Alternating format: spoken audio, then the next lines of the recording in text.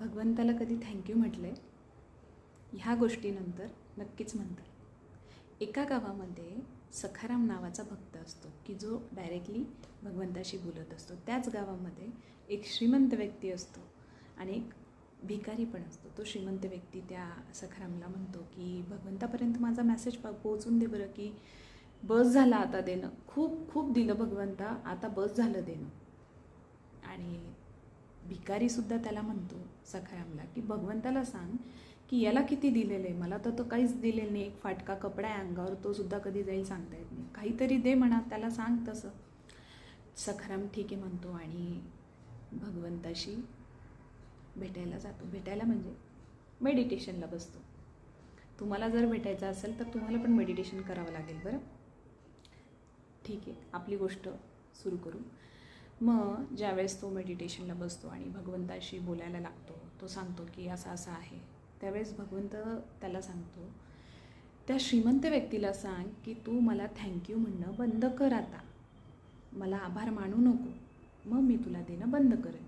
आणि त्या भिकाऱ्या व्यक्तीला सांग की मला कधीतरी थँक्यू म्हण, ज्या दिवशीपासून तू थँक्यू म्हणायला सुरुवात करशील त्या दिवशीपासून भरभरून देईल मी तुला.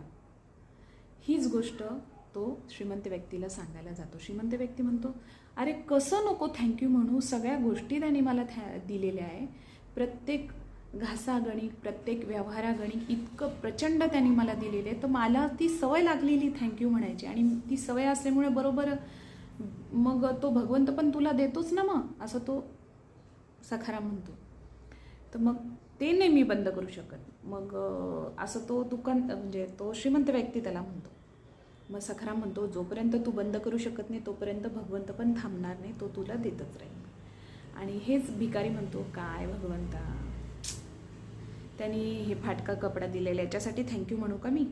जसं तो हा शब्द वापरतो, मी कशाबद्दल थँक्यू म्हणू, भगवंताला काय दिलं त्यांनी मला, असं म्हटल्याबरोबर त्याच्या अंगावरचा जो फाटका कपडा आहे तो सुद्धा उडून जातो.